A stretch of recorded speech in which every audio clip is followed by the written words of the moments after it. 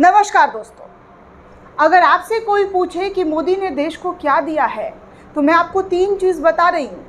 वो तीनों चीज़ आप ज़रूर बताइएगा, क्योंकि आप मेरे दर्शक हैं और दर्शक होने के नाते आपको ये बताना ज़रूरी बनता है कि मोदी ने देश को क्या दिया है, किस तरीके से मोदी ने देश को कहाँ से कहाँ लाकर खड़ा कर दिया है। मोदी गुणगान, मोदी पुराण तो आप हर वक्त सुनते ही रहते हैं, लेकिन मोदी ने जो देश का हालत कर दिया है, जो देश को 3 झटका दिया है, उसके बारे में अब ज़ोरों शोरों से चर्चा हो रही है। पहला, नोटबंदी, दूसरा जीएसटी और तीसरा कोविड का जो काल आया था। इन तीनों झटके ने देशवासियों का जो तेल निकाला है, जो तेल निचोड़ा है, इसकी चर्चा वैसे तो धड़ल्ले से होनी चाहिए, सवाल धड़ल्ले से पूछना चाहिए, लेकिन इन तमाम चीज़ों को लेकर कोई सवाल नहीं पूछा जा रहा है। आज देश का हर एक इंसान परेशान है। आज देश में महंगाई इस कदर बढ़ चुकी है कि खाने के लाले पड़ रहे, बच्चे भूखे रह रहे हैं क्योंकि उनके परिवारजनों के पास, उनके माता पिता के पास उनको पालने पोसने के लिए पैसे नहीं है। इस स्थिति में हम आकर पहुंच गए हैं दोस्तों। महंगाई हद से ज़्यादा बढ़ चुकी है, बेरोज़गारी हद से ज़्यादा बढ़ चुका है, और इसी के चपेट में अब जो खबर निकल कर सामने आ रही है, जो एक डेटा निकल कर सामने आ रहा है, उसको मैं बताऊंगी कि कैसे 3 झटके से इन सालों में क्या क्या ख़त्म हो गया है। 7 सालों के अंदर 16.45 लाख नौकरियां जो है वो ख़त्म कर दी गई है दोस्तों। मात्र 7 साल के अंदर 16.45 लाख नौकरियां खल्लास, ख़त्म, टाटा बाय बाय कर दिया गया है। अब ये नौकरियां आपको नहीं मिल सकती है क्योंकि ये नौकरियां ही ख़त्म कर दी गई है।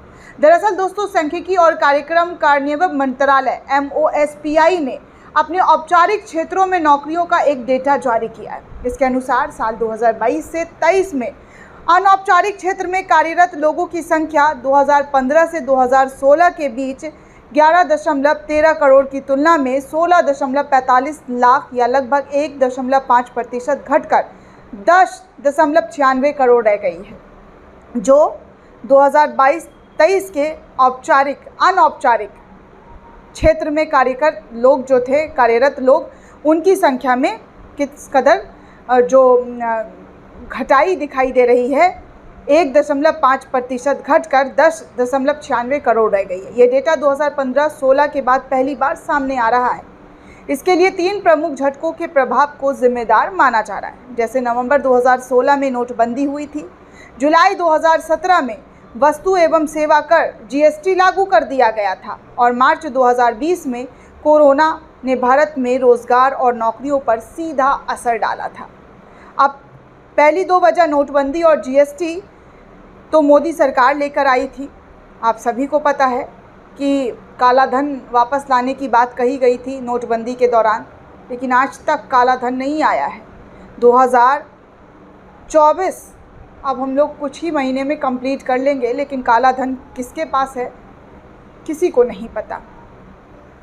पहली 2 वजह तो आपके सामने है, नोटबंदी और GST, लेकिन तीसरा जो है वो आपदा माना जाएगा, और उसमें भारतीय चिकित्सक सेवा की धज्जियाँ किस तरीके से उड़ी अस्पतालों की आपके सामने है।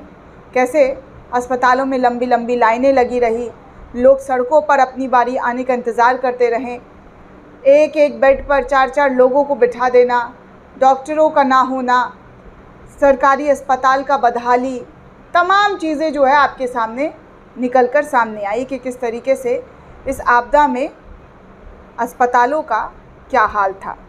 अब इन 3 झटकों की वजह से सिस्टम से क्रैश की अचानक निकल गया है। GST ने पूरे कारोबारी टैक्स सिस्टम को प्रभावित कर दिया है, जिसमें छोटे दुकानदारों की कमर बुरी तरीके से टूट गई है। कोरोना वायरस की वजह से देश में लॉकडाउन किया गया, और ये तीनों ही स्थितियां सबसे ज़्यादा अनौपचारिक क्षेत्रों में नौकरी करने वालों ने झेली है। बहुत सारे जॉब रोज़ाना की कैश व्यवस्था पर टिकी हुई थी। लॉकडाउन की वजह से मैन पावर भी कम कर दी गई। 10 प्रमुख राज्यों में जहां में भारत में कार्यरत अनौपचारिक क्षेत्र में श्रमिकों का लगभग 3/4 हिस्सा जो है वो 5 राज्यों में सबसे ज़्यादा देखने को मिला: महाराष्ट्र, बिहार, गुजरात, मध्य प्रदेश और उड़ीसा। यहाँ पर 2015 से 2016 और 2022 से 2023 के बीच अनौपचारिक बेरोजगार में वृद्धि दर्ज की गई।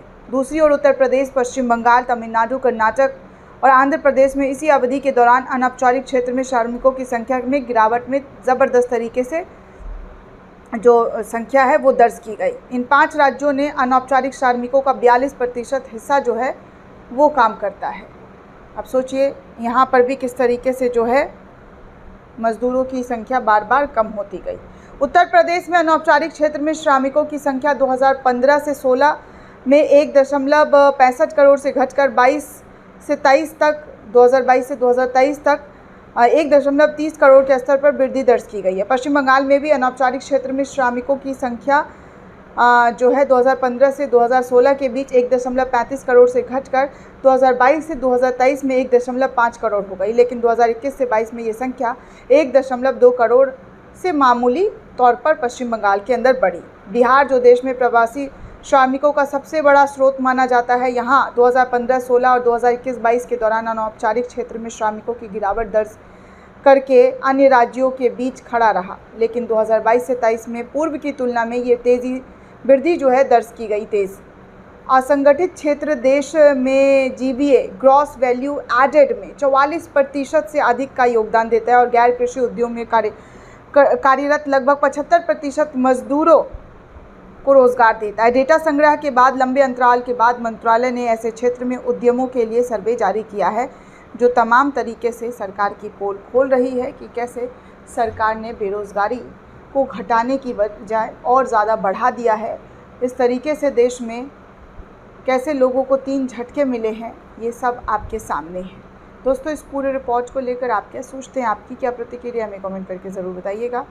साथ ही साथ चैनल को ज़्यादा से ज़्यादा लाइक, शेयर और सब्सक्राइब करना बिल्कुल भी ना भूलें।